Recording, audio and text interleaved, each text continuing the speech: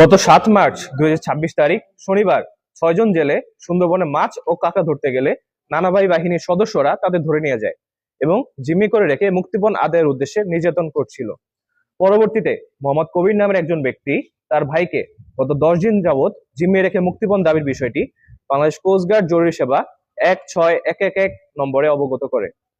প্রাপ্ত তথ্যের ভিত্তিতে গোয়েন্দা নজরদারির মাধ্যমে আজ ১৭ মার্চ ২০২৬ তারিখ মঙ্গলবার ভোর ৫টায় কোস্টগার্ড আউটপোস্ট নোলেন কর্তৃক সুন্দরবনের শিবসা নদী সংলগ্ন কালিরখাল এলাকায় একটি বিশেষ অভিযান পরিচালনা করা হয়। অভিযান চলাকালীন উক্ত এলাকা হতে ডাকাতদের কাছে জিম্মি থাকা ৬ জন জেলেকে উদ্ধার করা হয়।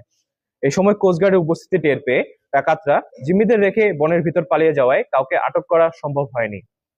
উদ্ধারকৃত জেলে রফিকুল, আলামিন ও ইসমাইল খুলনা জেলার কয়রা থানা এবং রমজান আলী, রেজওয়ান ও মিয়ারাজ সাতক্ষীরা জেলার শ্যামনগর থানার বাসিন্দা। উদ্ধারকৃত জেলেদের পরিবারের নিকট হস্তান্তরের কার্যক্রম প্রক্রিয়াধীন রয়েছে। সুন্দরবনকে দোষমুক্ত রাখতে বাংলাদেশ কোস্টগার্ড ভবিষ্যতেও এ ধরনের অভিযান অব্যাহত রাখবে। আমার বাসা হলো কয়রা থানা। আমার গ্রাম হলো জড়িসিং গ্রাম। আমি জড়িসিং থেকে 10 দিন আগে সুন্দরবনে যাই মাছ কাঁকড়া ধরতে।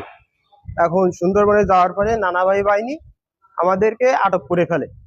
এখন আটক করার পরে আমাদের মারধর করে টাকার জন্য, মুক্তিপণের জন্য।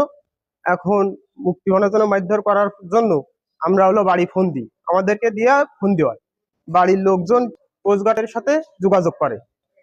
এখন যোগাযোগ করার পরে কোস্টগার্ড উদ্ধার করে, আজকে সকালে যায় উদ্ধার করে। কোস্টগার্ডের অনেক অনেক ধন্যবাদ।